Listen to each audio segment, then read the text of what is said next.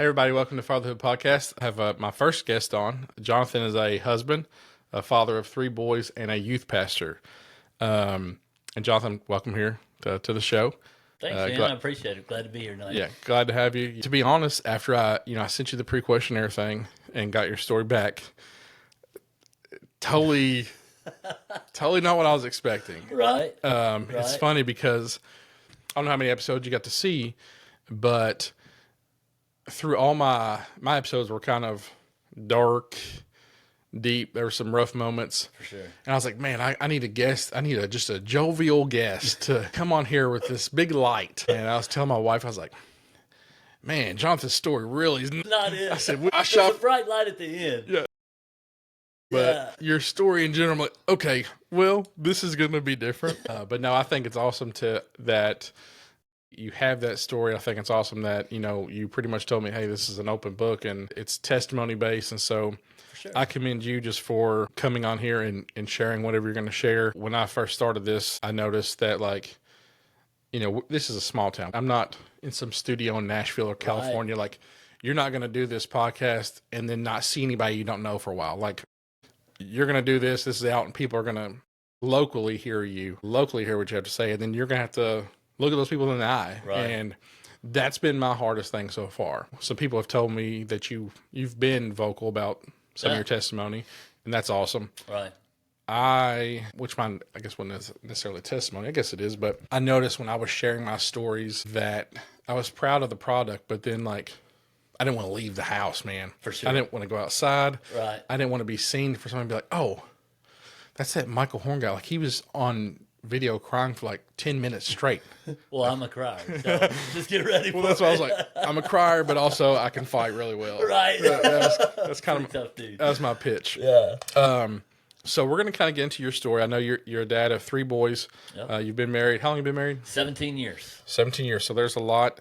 Just in 17 years, if everything was perfect, you probably have a lot of ups and downs. But your story has quite a few of those. I will say you're going to be the first person, and maybe others will, that has a kind of a relationship focus. So I'm excited to hear. I know a lot of yours is going to be about fatherhood too, but I know that you have a special relationship aspect you're going to kind of talk about. Yeah. And I think you're going to hit the mark for a lot of people that go through those things. For sure. And some people won't admit to some of those things. Like, it's what you have to say, a lot of people won't admit to. Yeah. And I think you're going to take a lot of weight off somebody's shoulders watching this at some point in time. Well, I hope so. The whole thing that I'm shooting for, even with this, is just to show people that, first of all, pastors aren't perfect. A lot of people, they get this mindset that my pastor, I've got to hold them up on a pedestal. And for me, I just like being real. I like being around people I can be real around. I like being around people that I can talk to and just have conversation with. And I think the more that we can look at pastors with the respect, but we can also look at them as, hey, they're real people too. They've got struggles that they're dealing with every day. Yeah, I think that's, and people aren't going to know what we're talking about yet, but I think it's a good intro. I'm curious as we hear your story. I want to ask a question now that we'll kind of talk about, but have you heard over the years when you kind of navigated some of your things, did you hear members like, oh my God, I can't believe that guy's our pastor? Or how would that church allow him to, Yeah. Kind of throwing stones. Right. I think after just the short little bit of time that I've read your story and as I'm getting to know you, I think it's awesome to see, I don't want to call it a second chance, but it's a true, everybody thinks a pastor is just like this built in a box. Yeah. Does no wrong. And hot take, there are pastors out there like that pretend that. Right. You don't have to respond, but I will. I can say that, right? I can say that.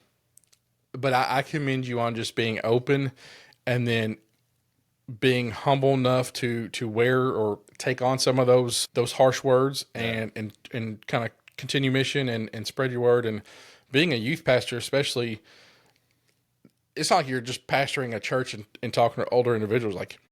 Those things happen, and then you're ultimately leading our youth. I think it takes a lot of courage to not get out of town. For sure. So to kind of jump into this, kind of opened up with in the notes of your relationship with your dad. For sure.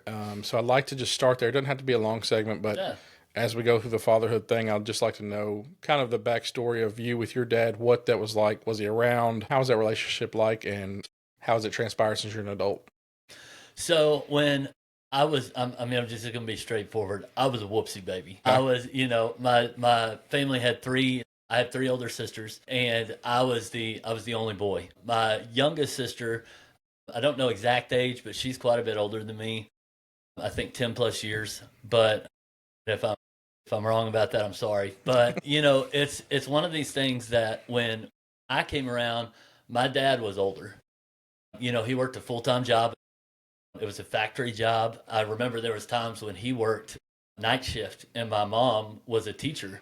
And so, like, I spent all my time around my mom. I spent all my time around my sisters. And when my dad came home, like, he was done. He had worked all day. He was tired, which at that point, at that age, that I start remembering that was probably around 7, 8 years old, something like that. And I remember him just he was exhausted. I literally remember, we had a box floor TV, and he would come in. He had a chair that he would sit down in, and he would want a Diet Pepsi, and he would want me to turn on the news.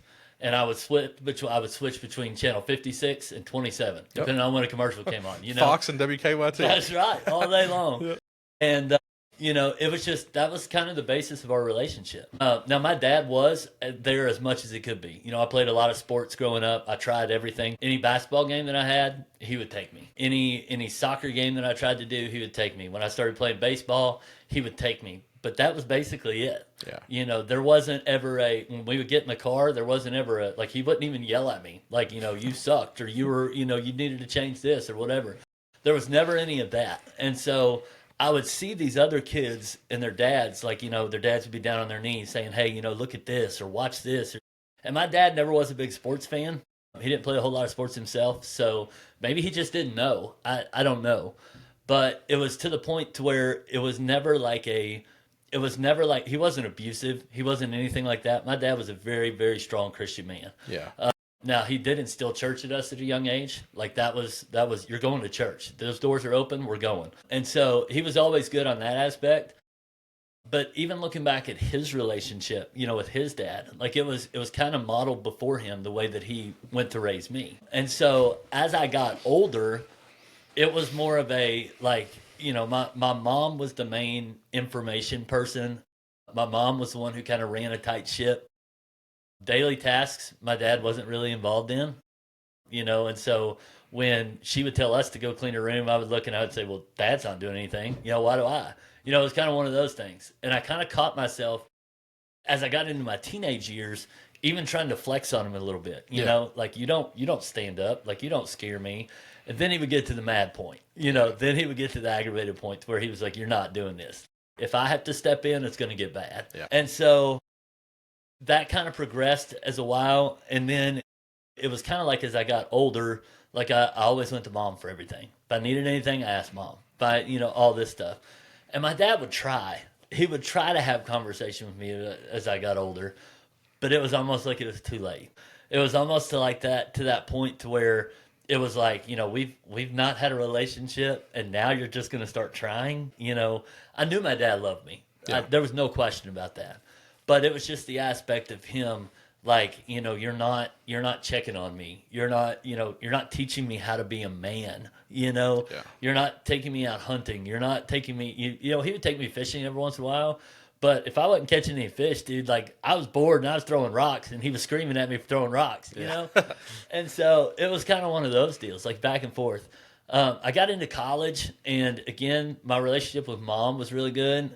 Dad was still kind of iffy. He would ask me, how's school going? The basic questions, and I would just give him short answers just to get done with the conversation, But as I got older, as I got married, when we had our first son, Carson, it produced his grandson.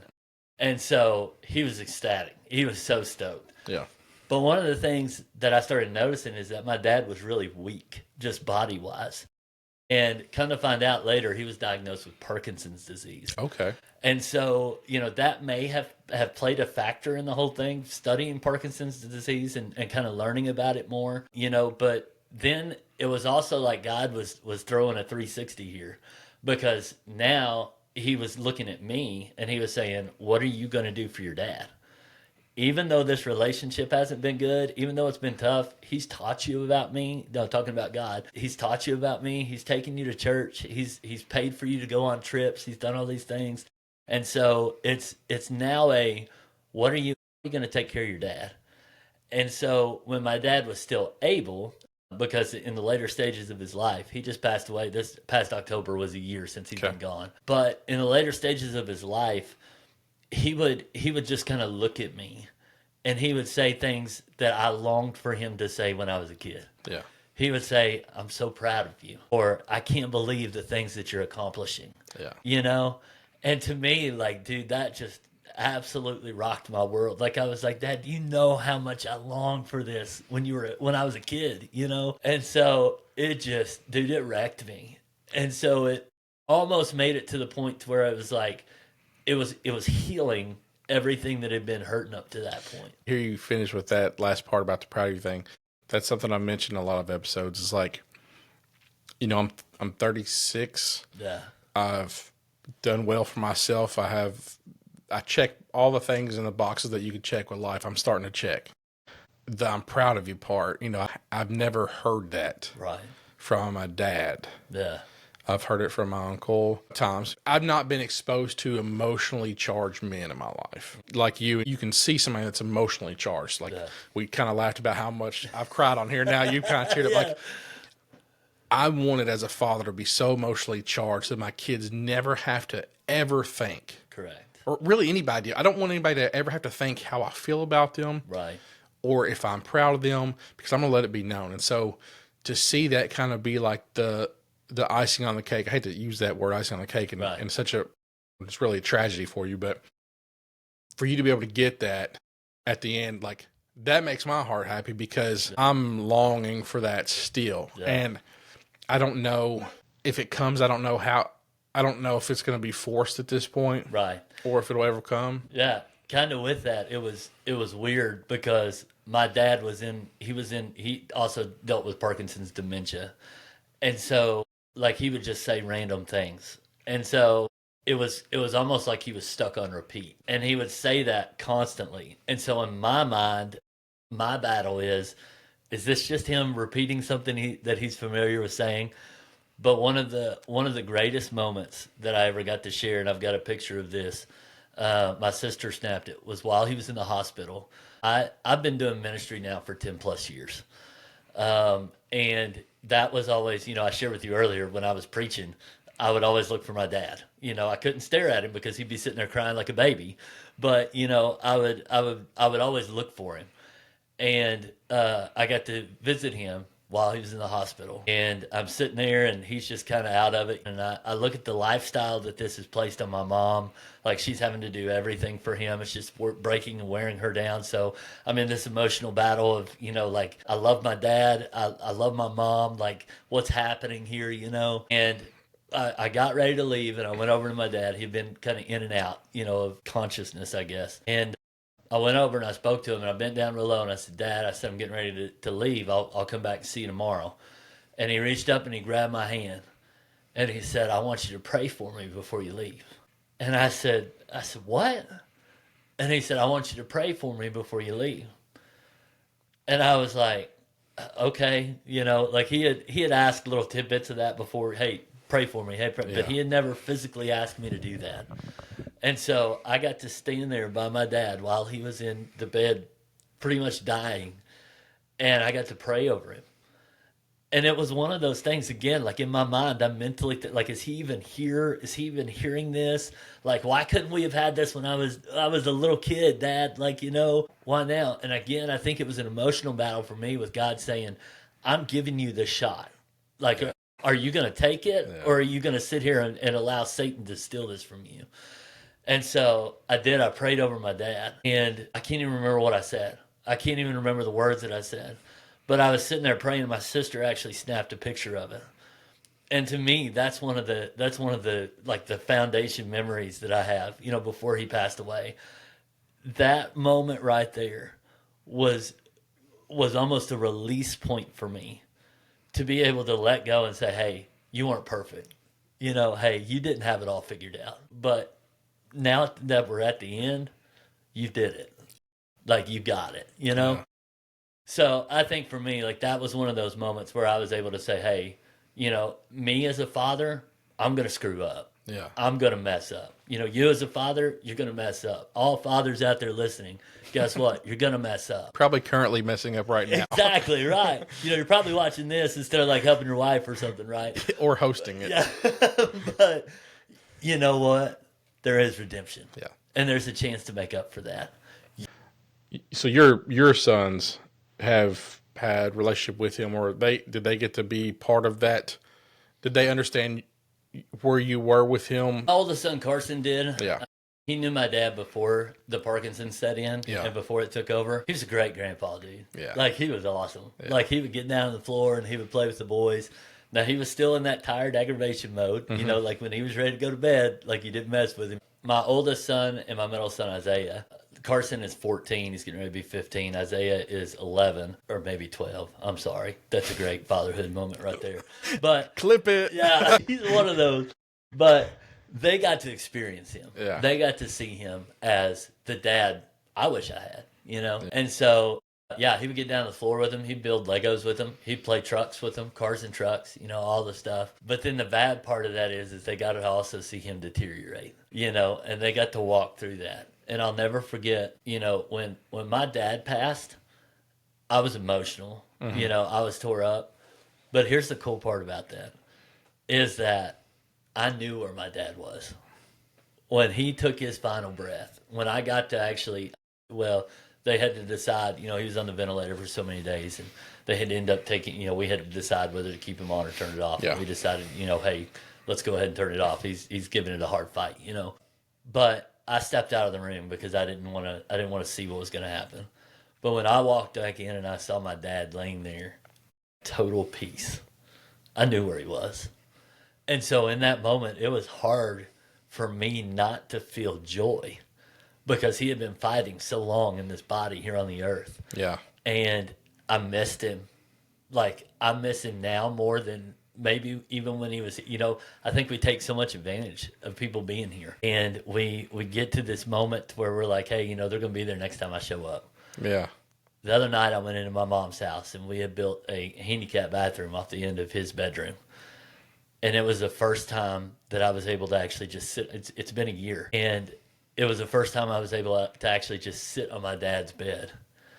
And in sitting there, like I felt him, you know, and I felt that, just that peace, like and I just picture him up there, you know, just not in a wheelchair anymore. Yeah. Not having to have my mom do everything for him anymore, you know, and it's such a peace, dude.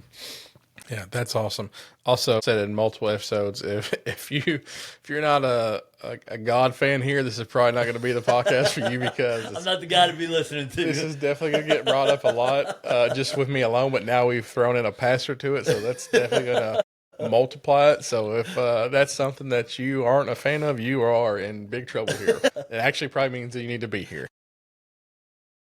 That's awesome. So you spoke a little bit about Carson. Carson's your oldest son, and he was kind of your, you know, if you're anything like me, that's your first shot to make up for things you didn't get to do, expectations that maybe you longed for or you didn't know how hard they would be.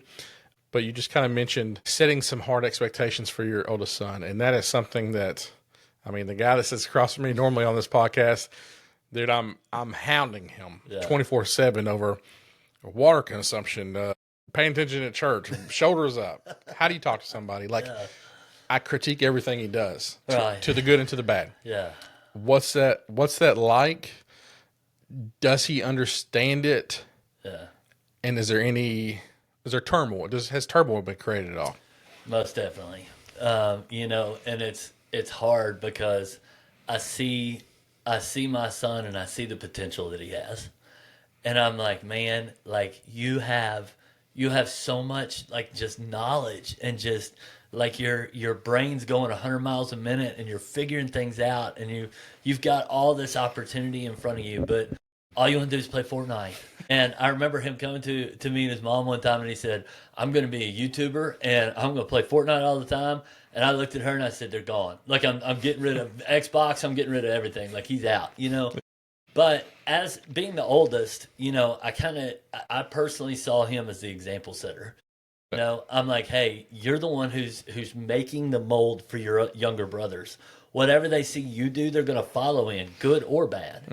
And at the age of 14, I look back. It's so wild because he's me. Like he is me. He may look just like his mother, but he's me made over.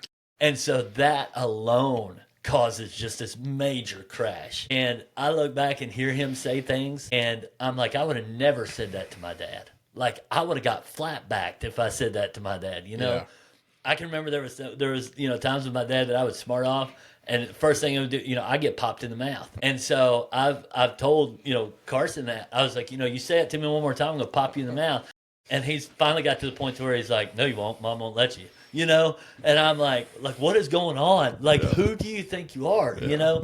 And so I think there's, because of some other past trauma that we'll get into in a little bit, and it took some real self-digging to figure this out. I'm a huge fan, and I haven't been until my later years. I just turned 40 back in August, and so maybe like that old man mentality's hitting now, But I've been doing a deep dive of who is Jonathan and what are my triggers? What are things that trigger me? What are things I'm going through my ordination process with the Church of God.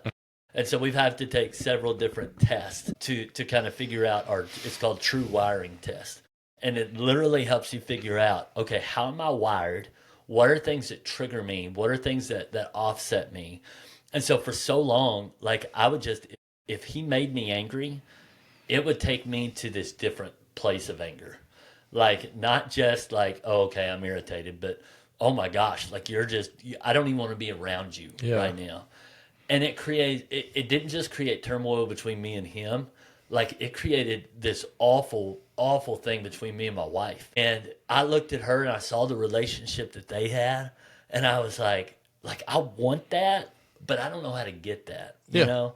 And so I did. I probably set expectations way too high. Like, you said, when we go to church, like, you're going to sit there, you're going to be squared up, you're going to pay attention, all this stuff. And I expect you to get all A's. I expect you, because I know he has it in him.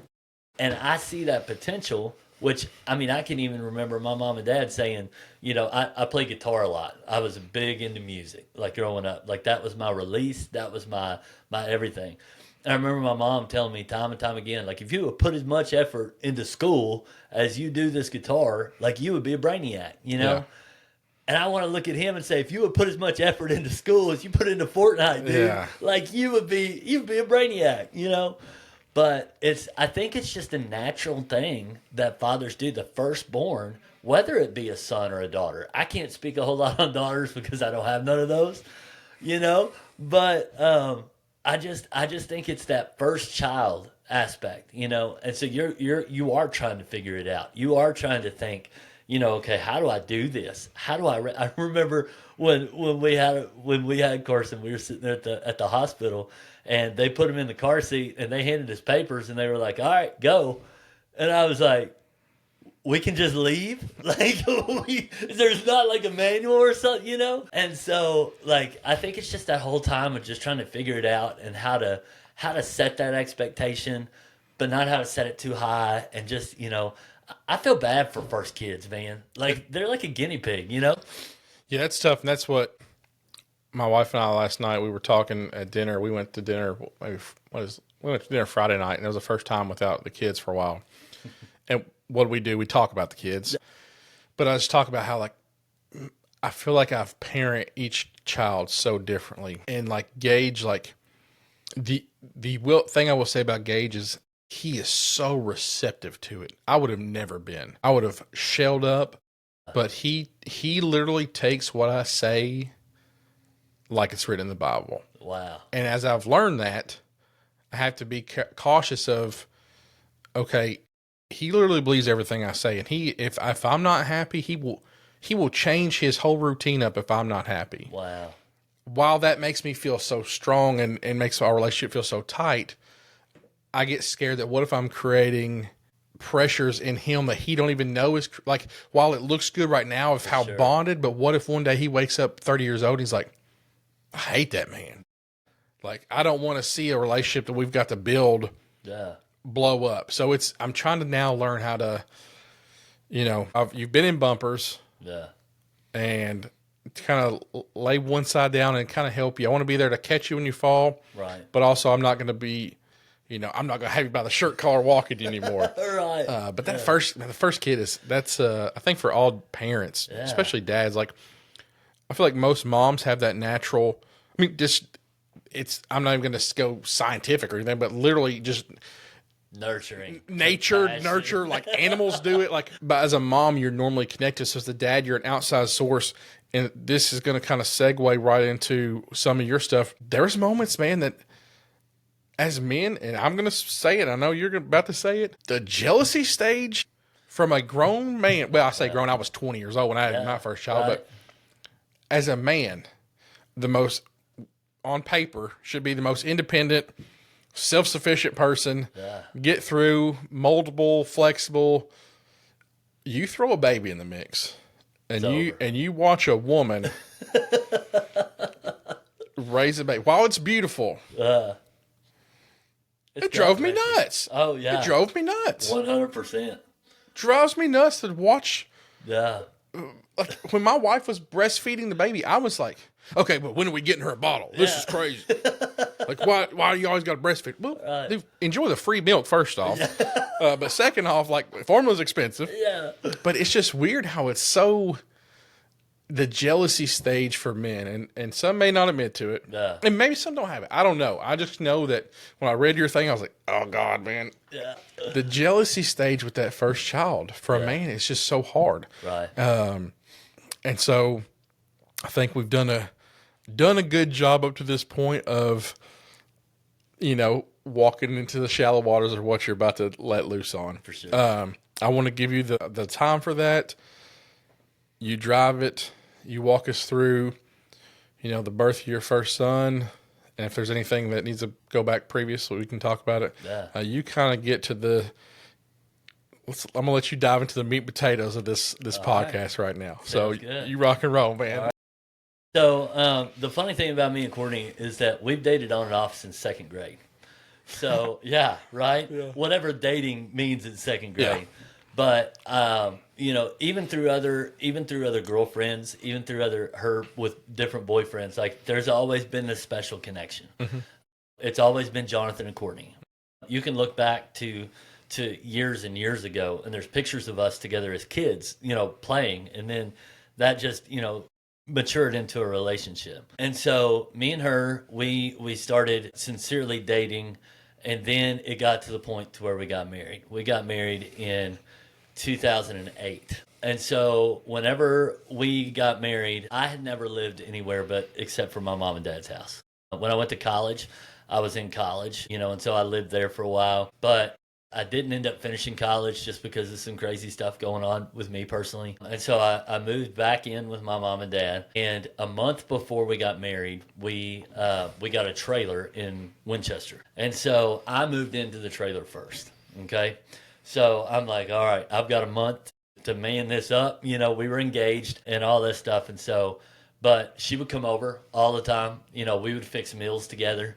We would do certain things like that. Like she would come over and do laundry. Like, she's not even living here yet. She's still living in Mount Sterling, but she worked in Winchester. So she would come over and she would do laundry. So it was me and her, and it was beautiful. Yeah. If we wanted to go on a trip, guess what? We went on a trip. If we wanted to go to a friend's house, we went to a friend's house. There was no rules, no regulations, anything. So we got married in 2008. And we didn't end up having our first son until 2011. So prior to all of this, there was some demons that I was battling myself. Mm-hmm. It was a big addiction for me. It was wild. And it was to the point to where, you can remember this. We were around before internet was around. 100%. So I told the kids the other day I was born in 1985, and they were like, "You were born in the 1900s," So it wasn't like something that you could get your hands on. 100%. And so it was going over to my uncle's house and maybe falling into a Playboy stash, or it was the Victoria's Secret magazine that came in. Hey, that's some cool stuff. Hey, I've checked some chicks out in like a home and garden. Let me catch a lady in a red bikini watering some flowers at age 13, sure, man. dude. I was hyped, man. Yeah. And so, it wasn't like a hardcore battle, but I could tell it was a struggle, And so I didn't have access to the internet until I was in college. Yeah. And it was dial up, dude. So it's like, hey, type something in, and then 15 minutes later, it pops up. And so the college I was going to, like, you had to pay for internet. So my mom and dad are like, we're not paying for this. Like, you can go to the library and do whatever you need to do. So it wasn't until my second semester in college that I actually had access, in my dorm room to whatever. And, so it was a big deal for me. Like, it was a way of, I don't know if you've dove much into love languages, but Oh yeah. But I'm a words of affirmation dude. And I love getting that affirmation. So I was finding, chat sites. I was finding video webcams to where I could look at things and I could have people affirm things in me. And it was just fulfilling that affirmation. It wasn't even like a huge sexual desire. Correct. It was just fulfilling that affirmation, And so Courtney found out about this at a young, even before we got married. And so we kind of talked about it, and we kind of, tried to work things out the best we could. But in my mindset, I'm thinking, hey, I'm getting married, so I won't need this stuff anymore. Yeah. That won't be a problem for me anymore. Yeah. And so we get married in 2008. Like I said, everything was great. Like, I got all her attention. I got all, she would come straight home from work. There wasn't any, like going and hanging out with friends. Like, it was just me and her. So all my needs were being met, to wherever we were at. And then 2011 comes around, and we have our first son. And my desire before anything else is I would love to meet with guys who are becoming a father, who have just found out, Yeah. And the reason being is because I wish I had somebody to sit me down and say, hey, like, your world is getting ready to be flipped upside down. You know what I mean? Oh yeah, 100%. Yeah. And that's how it was. Like, it was all of a sudden like this precious, beautiful gift that God had given me in a wife was no longer there. But it was because her responsibilities had changed. But to me, it was a personal attack. She wasn't able to be there for me. And not in a sense of if I needed to talk or anything like that, but she wasn't able to affirm me all the time. And she wasn't able to, I would come home sometime and dinner wouldn't be fixed. And the house wouldn't be cleaned. And, I would come to that concept as, that's what my dad expected. That's what I expect. Yeah. And so there were moments like that, and it just seemed like this beautiful thing that was once so tight was now just like this. Like, I didn't know who she was. She was breastfeeding. She was taking care of the baby. She was doing all this, and she was expecting me to now get up and care for this child that I helped create. Like, what are you talking about? And so I remember just getting so angry. Like, he would cry, needing a diaper change or needing to be fed.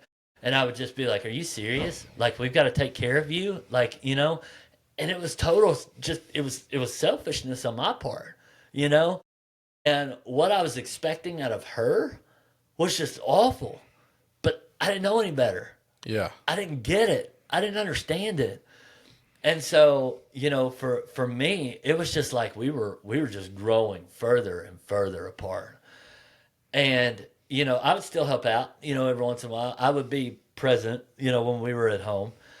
And, all of a sudden I started noticing my addiction coming back, the issue coming back. I was like, well, if you can't fulfill my needs, if I can't get what I need at home, I'll just go get it somewhere else. Yeah. And so I started, doing different things. I worked at 84 Lumber at the time. I was a salesman.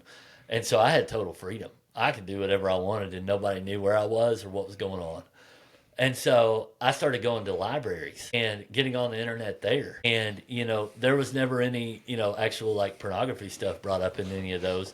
But I would start creating dating profiles and all this stuff. Here I am, 25 years old, and my wife is at home with a kid, and I'm starting to look for other options. I had a pastor tell me one time that your struggles, whatever your struggles are, will always be your struggles.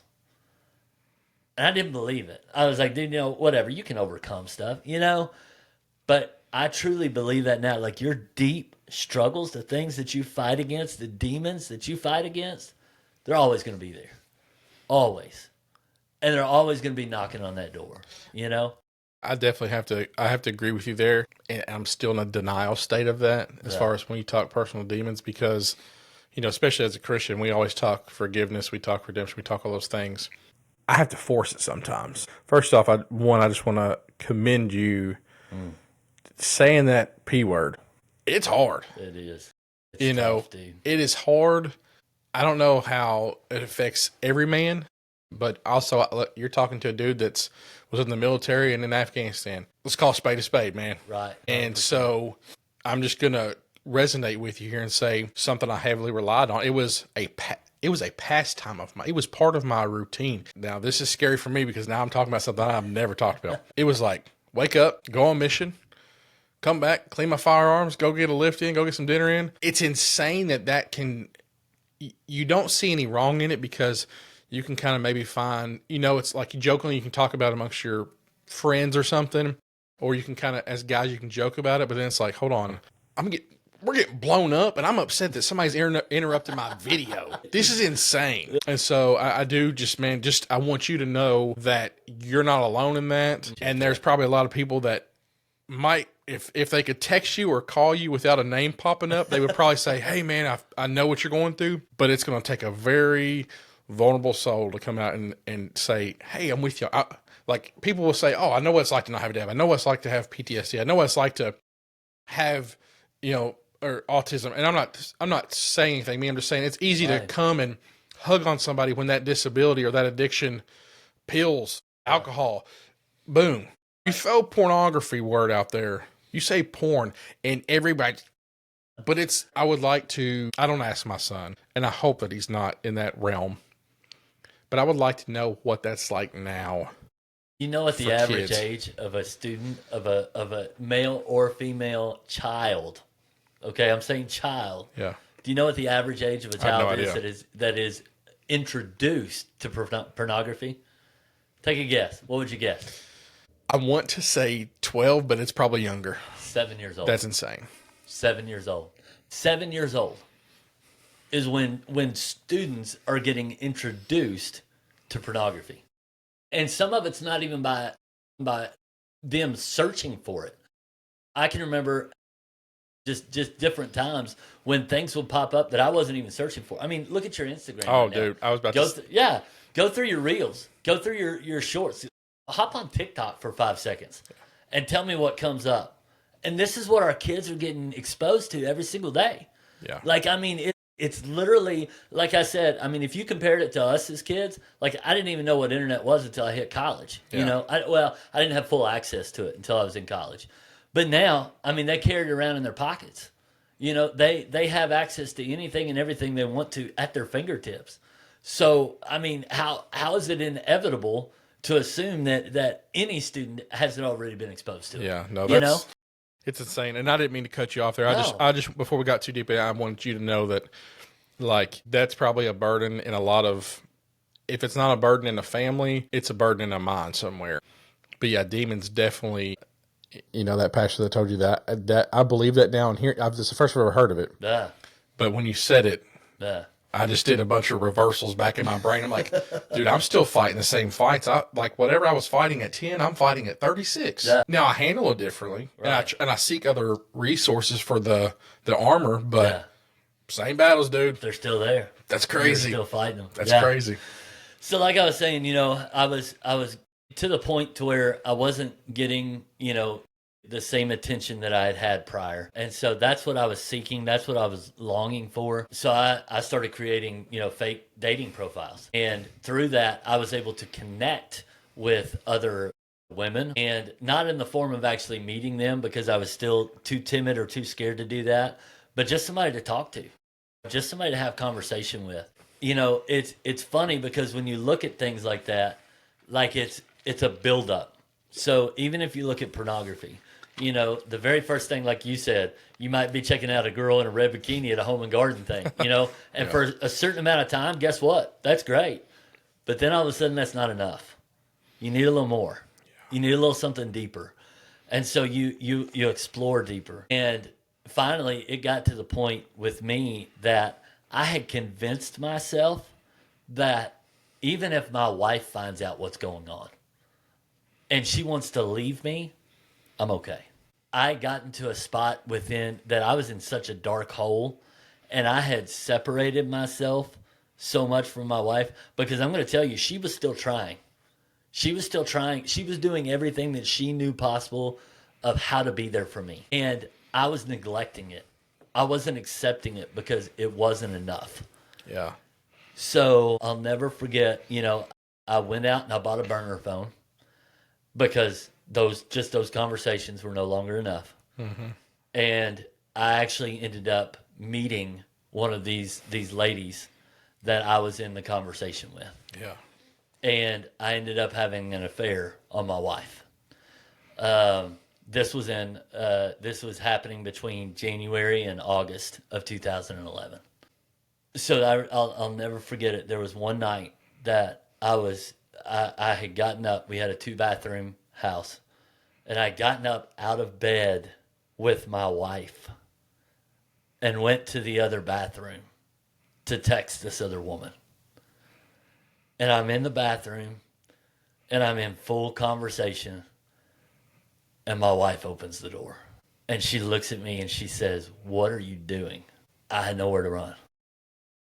I had nowhere to hide. And so she ripped the phone out of my hand and started just looking, and I just crumbled. I just sat down on the sink, and I just sat there and just took it. She was shattered and absolutely disgusted at this man that she had loved since second grade. And I just didn't know what to do. I was in such a dark place. I couldn't defend myself. It was one of those moments where I was just like, here it all is. What do you want to know? I'm going to tell you. And so everything, you know. So that was 8 months. My son was 8 months old. And here I am doing this stuff that you think as a grown man, that shouldn't be a problem. You know, you shouldn't be suffering from this. You shouldn't grow up, you know. That's later on. But she looked at me and she just turned and walked off. And I'm telling you, like, my entire world wrecked. I tried to go after her, to talk to her, do whatever, and she said no. She said, get away from me. And it was one day before, I think it was my 25th birthday. It was August the 3rd. August 4th is my birthday, was the night that she found out. She came in, and she had my son on her hip. She looked at me. She said, get out. She said, we're done. We're finished. You will never know your son. You will never raise your son. You will never have anything to do. Like, we're done. We're finished. And it was still kind of like I was numb. Yeah. Like, I didn't know what to feel. I didn't know what to think. I didn't know how to receive it. And so when you hear people say, you know, I hit rock bottom, buddy, I was there. I was below the rocks. Like, I was in the lava, you know. And I just, like, all these emotions that, you know, because I convinced myself, you know, if she finds out, like, I'm okay with it. If we're going to have a divorce, I'm okay with it. Like, if, you know, this kid is, you know, he's great and grand and wonderful, but, you know, it is what it is. And she said, I've called your mom, and they're on their way. My mom and my dad, who are both very, very religious people. Yeah. And, dude, I was done. I went into our guest bedroom. I opened up the closet, and there was a 20-gauge shotgun sitting there, loaded. And I sat down on the edge of the bed with that 20-gauge shotgun right underneath my chin. I was gone. I was done. Look at what I had done. Yeah. So now, all of a sudden, all of this stuff that I coped with, all of this stuff that I had prepared myself for, the wrongness of it flooded in. Yeah, yeah, The guilt flooded in. yeah. The Jonathan, you're so stupid flooded in. You know, because see, that's what Satan does to us. Mm-hmm. He gets us in this place to where, man, you're good. Like, you're going to be fine. You're going to make it. And he's right there by your side, you know, the whole time. He's like, I got you, man. I got you. But then when the crap hits the fan, guess he's not around anymore. Satan. Yeah. And now you're left all alone. If I could compare it to a biblical story, it would be like the prodigal son.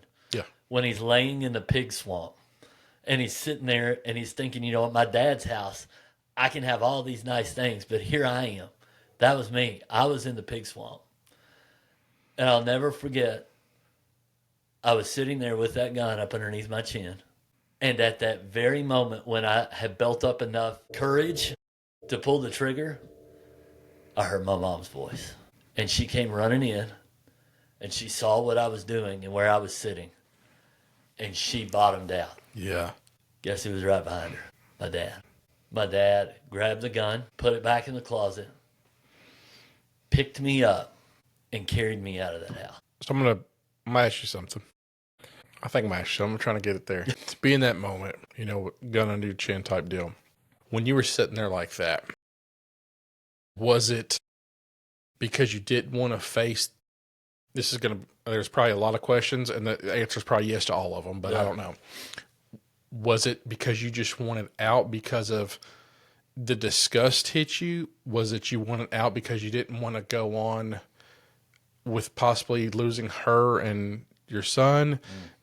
Did you not want to be there because you didn't want your parents to have to? Like, what was ultimately, was it like, you know, I'm an analogy guy. Yeah. You know, I just assume that through this whole time with this addiction and this affair, there's this black box of sand. Let's just call it a box of black sand. Right. And you're protected from it right now, but it's there. Yeah. At that moment, did it feel like somebody maybe just pulled Opened that up. and just... I was done. Yeah. I was finished. Yeah. I think it was the disgust. Yeah. Because I think the reality of everything that I had done just set in. I think it was the disappointment that I saw in my wife's eyes because I had never seen that before. Even though I had let her down and I hadn't met expectations of hers before, the amount of hurt that I saw in her eyes, because she had went through, her parents had went through a divorce themselves, and it was nasty. It was nasty. I'll never forget when I asked her to marry me, that was one of the things that she asked. She said, don't ever cheat on me. And I looked my wife in the eye and I promised her I wouldn't. And now I have. I just don't, I'm trying not to shed, at this moment right now, you don't deserve grace to be shed on you, but Right. I feel like I want people to understand that we often overlook, you're in a situation like that because of your wife and children. So when people see it, it's, oh, shame on him. Right. I came home from war, had the same exact things, but people are like, oh, but he's coming home, he's just adapting. Same thing. Right. 100%. Different buildups. And so people tend to build I hate that our society allows us to build up what's acceptable and what's not. Yeah. And I don't really know where I was going with that, but I just wanted you to know that I hear you. Yeah. I hear you on the, you know, I'm sure through this process, it's been probably, you're bad, you're bad, you're bad, you're bad. How could you? How could you? How could you? Right. If you only knew how the brain was working, there might have been days that you didn't want to be on that phone. Right. %. But you were, because you had, like, there's days alcoholics don't want to drink beer, but guess what they're going to do? They're going to drink beer because they're that's addicted. what I was going to say. You know, I don't think that we as a culture, and I was guilty of this too until I realized that what I had was an addiction. Yeah. I don't think we're good at relating to an addiction. You know, we think of addiction, like you said, as alcohol, as drugs, as things like that. You can be addicted to your phone. Yeah. You can be addicted to reels. You can be addicted to work. Yeah. You know, there's things you can be addicted to. And I was in the stage of denial to where I was saying, I've got this under control. Like, I can handle this, you know? But here's what I want to say is that, I was embarrassed of the addiction that I was in. Yes. 100%. It was a shame. And I thought of all the shame it would bring my family because of their Christian stature. I thought of the shame it would bring me because I've always been in the church. You pastoring at the time? Not at that time. No. I was not. I didn't accept calling to full-time ministry until about 10 years ago. Okay. But I knew God had a calling on my life. Yeah. I was always involved. Yeah. I was playing music. I was helping lead worship. I was, anytime the church doors were open, I was there. I was helping set up sound systems. So I was involved, but I wasn't in a leadership role. Thank God. I was helping a little bit with the youth at the time. And then, it was when all of this came to full exposure, I went to the church that I was at. And I was like, me and my wife both, we went to the lead pastor and his wife. And I had to tell them everything. But here's kind of what I want to say right here at this moment. If this is an addiction that you're dealing with, I'm sure that, and I don't know if I can speak for you or not, but, I'm here. If people want to talk about this, come and talk there will be no judge. I don't care. I don't care if you're a CEO of a company. I don't care if you're another lead pastor. We as guys, we've got to learn to talk about this. It is such a hidden closet sin that we feel, and it's what the addiction does to you. Yeah. It makes you feel, because when I would get finished watching that and doing whatever I would do to it, dude, I felt awful. I felt like trash. Yeah. I was like, are you serious? I have a wife who's she's in and I'm doing this, and it's a whole, you can study into it. It's a whole dopamine, rush and all this stuff. I'm open to talking about that. That you come to me and you say, hey, I've got a porn addiction and I need help. Guess what? I'm going to say, hey, I have a porn addiction and I'm here to help you. Let's do this together. Yeah. Now, in saying that, that's something that I still, just like you talk, I fight it all the time. It's still there. My struggle is still my struggle. I've learned ways to cope with it. 100%. I've learned ways to battle it. I have learned my limitations. I have learned what I can allow myself to see and what I can't allow myself to see. Guess what? This thing right here, my wife has full access to it. Yeah. Anytime she wants to see it, anytime she wants to look at it, anytime she wants to be a part of it, it's hers. Yeah. There's no reservations to that. Yeah. And so that's my thing. We've got to learn especially as men, and I know that there's statistics that say that women struggle with that too and things. But, as men, we've got to learn to be open about this and say, hey, I've got a problem and I need help. Well, this is why I want this. This is, we're both sitting here talking about what God's calling us to do. This is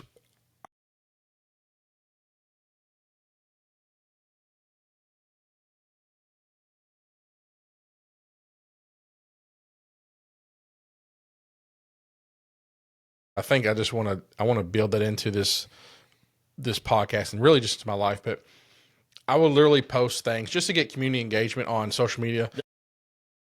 The responses are from women or women on behalf of their husbands. Let me tell you about bro, speak, dude. Don't be it is okay. It is okay to just talk. It don't have to be your deep, dark confession, but I posted something about sharing some memories, and we can say, oh, maybe Dad's just aren't on Facebook. No, you guys are watching that guy mow stripes. Yeah. You guys are watching the guy with all the cooking sauces on his arms. All right. They're in it. Just talk. Yeah. Just share your experiences because, and it's a healthy environment. You don't have to go to a bar. People at bars now, if you sit at a bar table, everybody throw a talks. Bourbons out there, dude. People are going to start speaking like crazy. But why can't we just? It's okay, and that's. Yeah. I do blame society. I hate to be that guy.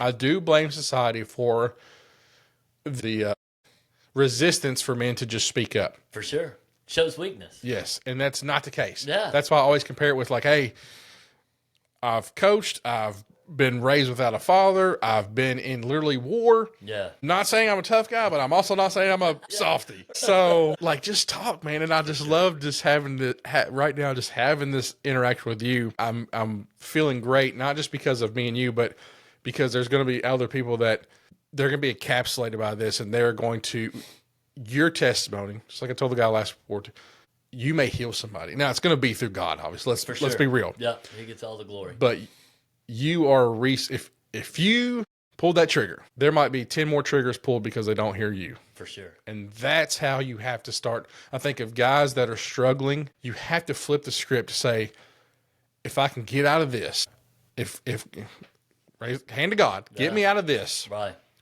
And then as soon as you get out of that, share it. Yeah. Share it. Because you're going to save a husband, you're going to save a father, you're going to save a son, a grandfather, whoever it may be. Right. I don't even know where we're at. I just got a little hyped up. Yeah, you're good. Well, one of my favorite phrases, and I share this with our youth all the time because that's something that I have found value in. You know, my story doesn't end where we ended, and we can pick back up in it. But, you know, one of the things I always say is that your past could be the key to unlocking somebody else's future. 100%. Think about that. And that's where, you know, the rest of our story picks back up. Because God took a burning pile of, like, there wasn't even any ash left, dude. Like, it was just bare, it was dirt, you know. But he took what that was. And a few minutes or a little bit ago, you were talking about, you know, you had kind of asked me if there were outside voices that, you know, we got to a point, I remember it was on my birthday, I went back to the house. You talking about next day birthday? Yes. Okay. Yes. On August the 4th, I went back to my house to redeem a few things. And like I saw her, she didn't want to talk to me at first. She didn't want to converse with me. You know, it was just like, get your stuff and get out. But I just kind of walked in, and it was one of those things like, you know, I'm not speaking to you. I don't know where we're at. I don't know if I can still do this. I don't know if I can still have a chance with this. Like, I don't know where we're at. And so for several days, I stayed at my mom's. There was no communication between me and her. It was one of those deals to where, you know, my mom and my dad were constantly, you know, trying to draw me back in. They would fix meals and they would want me to sit and eat, and I would just want to take my food and go to the bed. You know, there was times when I didn't want to work anymore. I didn't want to do anything. Like, I was completely done. Yeah. And my movement forward out of that probably came several weeks later, whenever me and Courtney were able to sit down and just say, okay, where are we at? Yeah. Like, what is this? Yeah. Like, what's going to happen? She had brought my son Carson over to the house several times, you know, for me to see. And I never got to keep him. He never got to stay with me. He was only 8 months old, you know, so he still needed his mom. But, you know, so through all of this, it was just like okay, hey, where are we at? What are we doing? And I don't know about you, but I'm a fixer. Yeah. Like, I don't want to sit in, like, I'm ready. Next day, I'm ready. Okay, hey, I know I've jacked up. I know I've screwed up. You tell me what I need to do to fix it. Yeah. Whereas Courtney, she's got to sit in it, and she's got to process it. Analyze. And it drives me insane. But I've realized over the years, and not even in that moment, if I give her that, it usually ends up, you know, working to ways that if she were to give me a short, brief answer, wouldn't be good for anybody. Because if she answers in the moment, it's no, we're done. Like, you're out. You're finished. But I'll never forget her telling me this, you know, years later. But she eventually, we got together and we started talking. And she said something to the effect of, I don't know if this can work out or not, but I'm willing to try.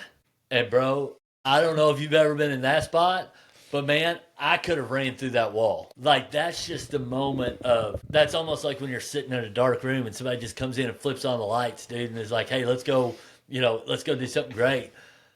That was the moment for me that I knew, okay, hey, dude, like, you are in the wrong. You have messed all this up, but here's hope. Yeah. When hope comes in, even the slightest, dude, I mean, I had like a sliver, you know, but it was still there. And there were people telling her, like, you know, hey, leave her or leave him. let him go. Like, he did this to you, he hurt you. He's just going to do it again. Once a cheater, always a cheater type deal, There was people who was hounding her every day. Like, don't even give him another shot. Don't even give him another chance.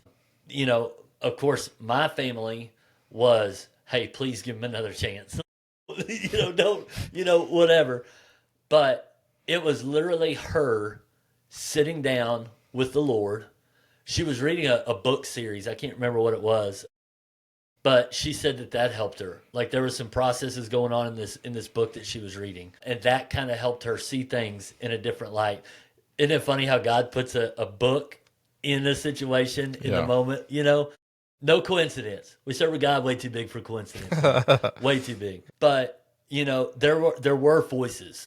And they were coming from both sides. And there was cries of desperation coming from me. Like, just give me another shot. Just give me another chance, And so when she told me, I don't know what this is going to look like. I don't know where this is going to go. We could try and it not work. When she gave me that little sliver of hope, that's when God started speaking to me. And he said, you are a corrupt, destructed, ugly, nasty human being. I sent my son to die for you. And I still love you. And I've got a pretty good reputation of making beauty from ashes, right? A little bit. Yeah. And so, dude, it was a fight, because I am not, at that point in my life, I'm not one to openly just share feelings and emotions, because my dad never did. My grandfather never did. It was never shown in front of me. But I knew I had to break the mold. I knew I had to change that. If I wanted, resurrection in my marriage, I had to change that. So we started going to, first of all, we went to our lead pastor and his wife, and we were talking to them about it. And I just remember, like Courtney made me tell them everything that I had done. This is my lead pastor. This is my pastor who's been my pastor probably for, 10, 15, maybe longer. This is a church I grew up in. And I'm having to admit all this stuff. And I'll never forget his wife came over and just put her arm around me and just hugged me. And just told me, she said, you are loved. You are cared for. Like, you matter. Yeah. And she looked at Courtney and she was like, don't think I'm excusing him. 100%. But he needs to hear this right now. Yeah. And I can just remember sitting in that moment thinking, no, I don't. I don't deserve any of this. Like, I deserve to be laying on that bed with a in my head. 100%. But through God's grace and God's mercy, I'm able to accept this gift. So we started going to counseling. We had several Christian counselors, announced to us. And I was still living at my mom's. She was still living at our house. And so we would meet and we would go to these counseling sessions. I'll never forget the first one we pulled into. Like, it's in the middle of Lexington in a ritzy neighborhood. Like, we pull up and there's like a Lamborghini sitting over here on the side. And I looked at her and I said, like, because you get this mindset, these therapists, like, they're for your money. Yeah. And I remember I pointed over to that car and I looked at her and I said, guarantee that's his vehicle. Guarantee it. And she was like, why are you thinking about these things? And I was like, okay, I'm sorry, But we get in and this guy was a total joke. Like, I mean, he was probably really good, but I wasn't ready for it, So we sat through a couple therapy sessions with him and it was like so expensive. And I was like, this is insane. We can't. I'm not getting anything out of it. You're not getting anything out of it.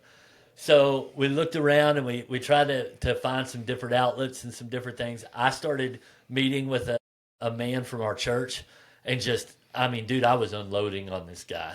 Like, all these traumas and all these things that I was feeling. And I thought he would have been a good guy to talk to, but he's just kind of like, I don't know what to do with this. Like, I don't know how to handle this, And so I was trying to find different outlets and different things like that. And, like, she just wanted to see the effort that I was making a change. And so I was having to let her have my phone, which at that time I was like, I don't know what's on here. Like, you can take it and look through it, but I can't tell you, because at that time you couldn't just like clear a phone, and all this. And I was like, I don't know what's there, but it's yours. Take a look. If you find something we need to talk about, bring it to the table. Let's talk about it. And so we finally ended up getting in front of a counselor, and he was the goofiest guy I've ever met in my life, right? And we sat there, and he asked us both a question. And he looked at me and he said, I want you to think back to the very first time that you told her that you loved her. When was it and where was it? And immediately she was just like, he ain't going to be able to tell that. And I said, I'll never forget. I said, we were at Myrtle Beach. I said, we were sitting in the back seat of my now brother-in-law's car. Him and his girlfriend were inside shopping. And we didn't want to shop, so we were sitting out there. And I turned over and I looked at you in the back seat. And I told you that I loved you. And dude, her eyes got like that big around. She was like, how do you remember that? And I was like, how could I forget it? That moment was our turning point. That was back in 2011. Yeah, 2011. I had to do the math. It's 2025 now. And we're stronger than ever.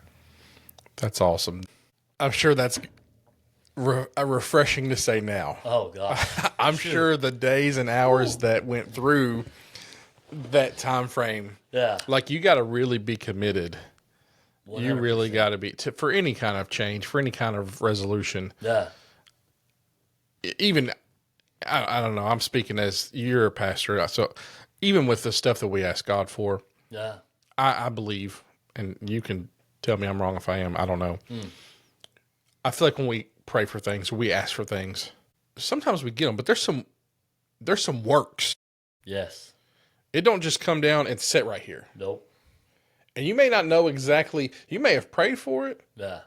And that healing's there, or that resource is there, or what you want is out there, but you got to go explore. Like, you don't know that the prayer is answered until you finally do the works, 100%. And then you see it. Yeah. Yeah. And so I think people in relationship stuff, issues with their children, family problems, even if you pray about it, they huddle up, they pray about it. Okay, what's your course of action now? That's the biggest thing that I tell students today is you've got to have a battle plan. Yeah. If we just got out of a series at First Church of God and with our students, and it was called Battlefield. And that's what I was like, guys, every day when you wake up, you're in a battle. There is not a day you will not wake up that you are not in a battle. If you feel like you're not in a battle, you're losing the battle. And so we have many students come down and say, I feel like I'm battling this, I feel like I'm battling that, and we would pray for it. But as soon as we would raise up, I would ask them that exact question right there. What's your battle plan?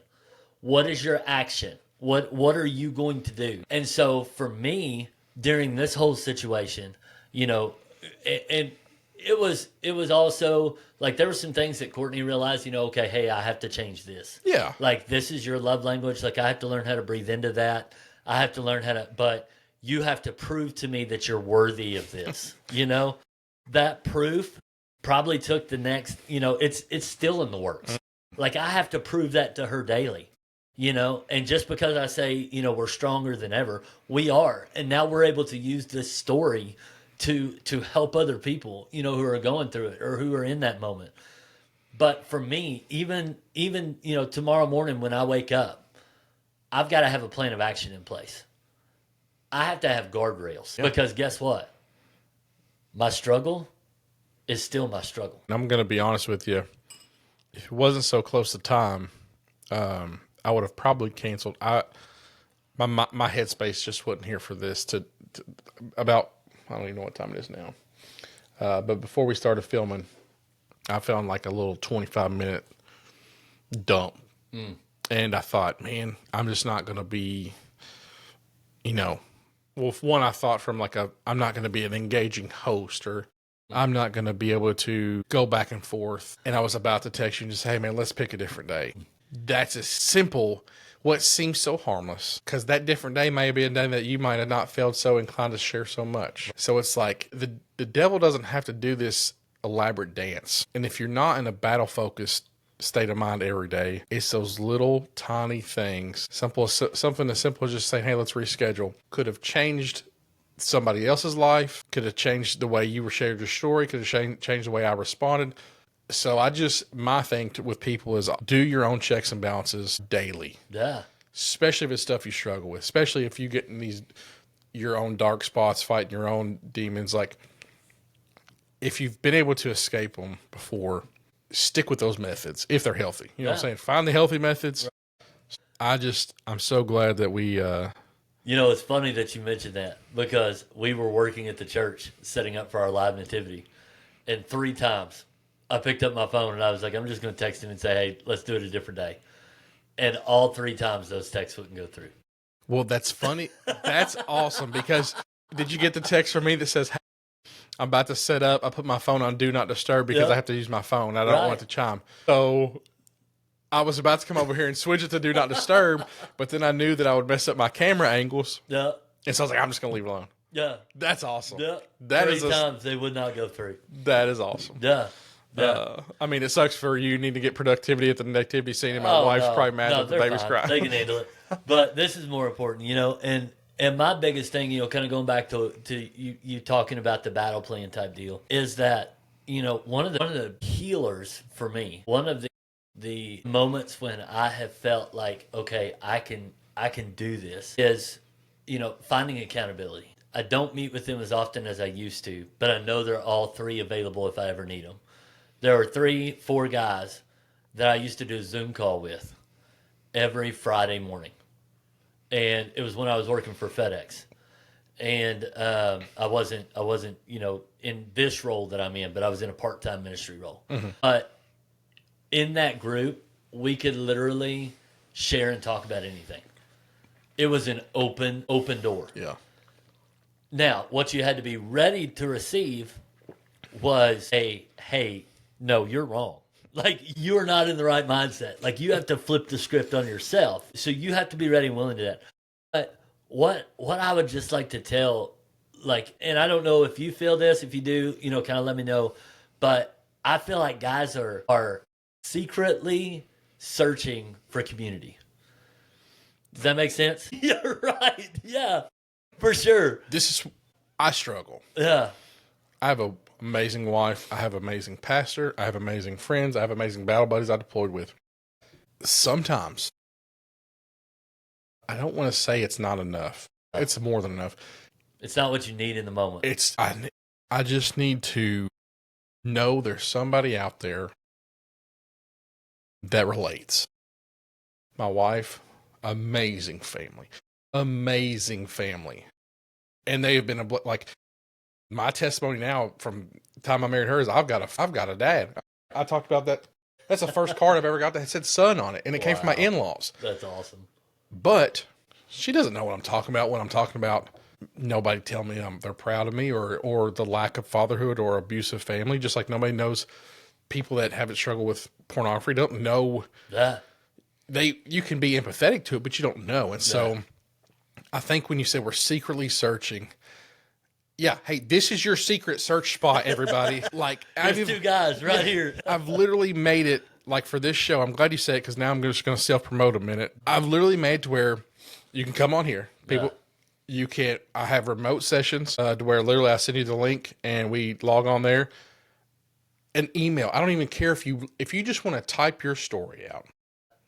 And I would encourage you, as you talk to people, if they have something, send them my way. For sure.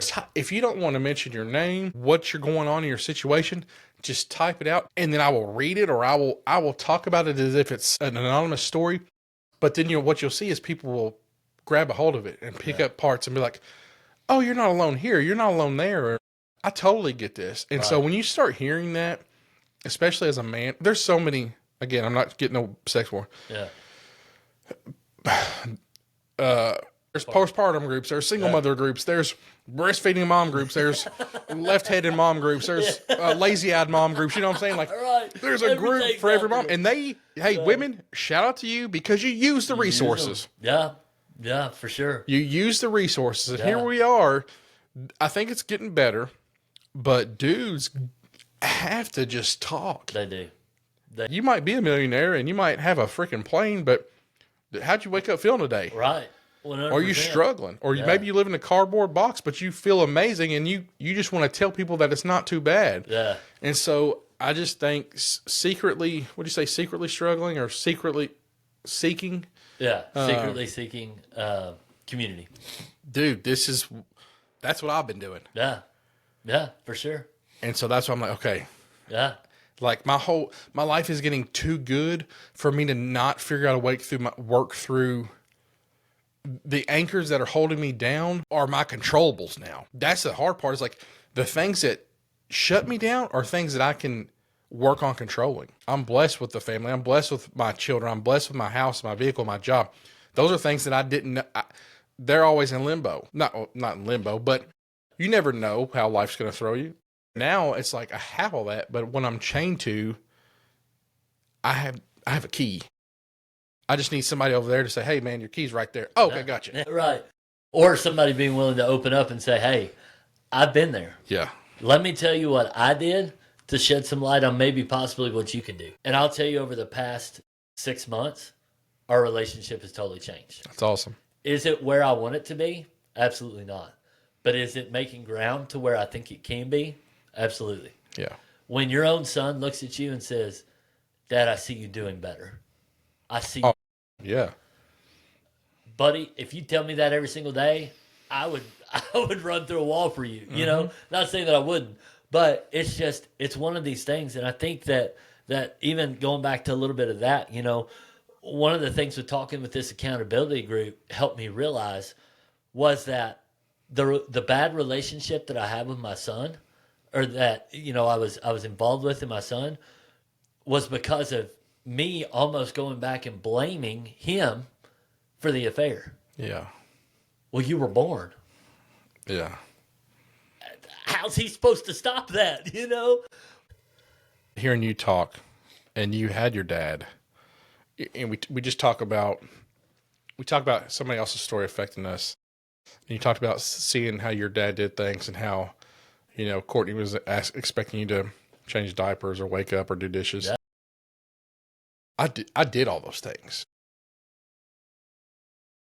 They cling to me since the day Gage, I had him in that little cart right out of the hospital. I was out in the lot. They're like, "Hey, sir, you got to go back. You can't have a 3-hour-old baby." Oh, okay, I didn't know. But I made it my mission because I didn't know. I never saw a example. So while sometimes I earn for a dad so bad, I hear them like, what if my dad set a standard or precedence that is not in line with how I fathered my children? Yeah. Because I do dishes, laundry, diaper changes, waking up, sound machines, rocking, driving, load. Like, I do the things, and it has created amazing relationships with each and every one of my children. And I will say that like you said, you want to talk to new dads. I encourage all new dads, no matter if you're overworked, no matter what your roles are in your house, that first 3 months, man, I know you can't go back and get them back. Sitting in that rocking chair, maybe feeding that bottle, and it's just the eyes to eyes. You can't make that up at 12 years old, throwing a baseball. Nope. You want to. Yeah. Bad. So it's just one story helps another story. You tell me that, and you're healing a pain in me just by hearing how your dad set you up for I don't want to say set you up, but your dad, the way he parented you, set you up and caused some resistance in your son with you. Yeah. Where I had no dad, and I have a son that texts me, "I love you," 45 times a day. He freaks out if not around. Wants to be. I mean, if I was taking a crap, he'd come there and talk to me. Right. And so it's like, I don't want to say I'm kind of glad I didn't have a dad, but be careful what you wish for. For sure. Because it could have changed my whole life. And so hearing these stories just like yours it can help somebody else. Like you're sharing your thing, and I can just feel little puzzle pieces in my back kind of getting put in, or questions that still had the ... Maybe there's some words, I don't know what those words are, but there's blanks that are filled in. It's like, okay, hey, I'm more okay with this. Right. Well, like I said, you know, the whole reason I wanted to just have this conversation is because I feel like, you know, now we're at a spot to where God is saying, okay, this is your story. This is what you got dealt with. What are you going to do with it? People ask me all the time, "Jonathan, if you could go back and you could make this not happen, would you make it not happen?" My answer to that is confusing. If I could change it and make it not happen and have the knowledge that I have gained from it, in a heartbeat. Would I change it? Yes. I wish this never happened. Yeah. I do. Honestly, I wish none of it ever happened. But I believe that we go through the life we go through, and we deal with certain things. I won't go and say, I don't think we're dealt a hand. I think that we are given a life, and that if we allow God to lead and direct it, He will, in the good and perfect plan that He has for us. Free will. Yes. But I also believe that the things that we go through, okay, like all the time, people, I've had a million jobs. Running from my calling, I knew I was called at 14. I knew I was. I knew that God had something for me to do in the church. Mm-hmm. What it was, I didn't know, and I didn't care. So I ran from it. I ran from it until 10 years ago when I was 30 years old. When did Jesus start his ministry? When he was 30 years old, right? So anyway, but I've had a million different jobs. I've tried everything. Yeah. I've tried everything from HVAC to working in a grocery store to, just all kinds of stuff. But now I've learned bits and pieces from those things. I think that was all part of my story. There's things I can take from those, and I can do things. I have limited knowledge, but I have knowledge about a lot of different things. God has allowed me to walk through, but He's never left my side. He's always been. I could tell you story after story of times that I shouldn't be here. No, I agree. I'm here. I feel you. Yeah, I feel you. But I think it's just, and like I said earlier, your past can be the key to unlocking somebody else's future. And I think the more that us guys realize that, are willing to be open and honest and real, you ask a guy nowadays, hey, how you doing? Good. Good. What's good mean? If you look at an apple, what's at the center of an apple? The core. The core. What's at the center of the core?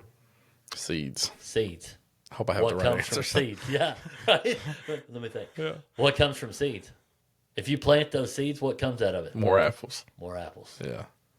Until we start unlocking this stuff and talking about this stuff, again, would I change everything if I could? Absolutely. Yeah. But I'm living the life that I'm living now. So I have to take that and do the best I can do with it. Man, it's been a great episode, and I feel like each time I've done 2 of these now, and I'm always nervous how they're going to start. And each time, the stories that are shared, you just know it's going to impact somebody. It's not our job to know how or when. For sure. We may but never see the fruit of it. There's a we don't know, we don't have to get the fruit, but there is a feeling that comes over my heart, especially when in these moments where I'm like, this is giving somebody tomorrow. Yeah. And I hate to always make it to be this big dramatic thing, but it's real life sometimes, man. It is. It's real life sometimes, and you try to navigate a family and kids and just life in general, and then throw on demons. Not that women or everybody has them, but no, this has been great. I don't want to script it, but we definitely need to get back in here, and even if it's just dialogue back and forth, maybe it's not even at this point in time. Maybe it's not even about storytelling, but it's just us. I don't know. We'll let God kind of set the tone for that. I'm down for it. But would love to definitely have you back and share more stories. This isn't everything. And again, a pastor gave this to me. You have to be teachable, trainable, moldable, and willing to follow in everything you do. Yeah. Teachable, you don't always know it all. Yeah. I'm learning every day. Trainable, I have to allow other people to breathe into my life to figure out how to do this. Yeah. Moldable. Scripture tells us that He's the potter and we are the clay. We've got to allow Him to break us and mold us daily. And willing to follow. I have to realize that I'm at the point to where there are people who have more knowledge than me, and I have to be acceptable of that and be able to do that. And so my whole goal of my entire life is, first of all, to push as many people towards Jesus as I can. That's a good goal. Yeah, right. But my second goal in life is when I'm gone, I want my boys to stand in my casket and look at me and say, you did it. Yeah. You did it. Yeah. You may not have always done it right. You may not have always done it perfect, but you did it. If I can achieve that, those 2 things, my life was a life well lived. I commend you for sharing your story. Yes, sir. I commend Courtney for putting up with your butt. Absolutely. She's a different breed. They don't make them like her anymore. No, that's awesome. Yeah. Your boys, I think, the Reed boys, yeah, you have a good role model. You have a dad that's investing in bettering himself over the years to be a good husband, to be a father.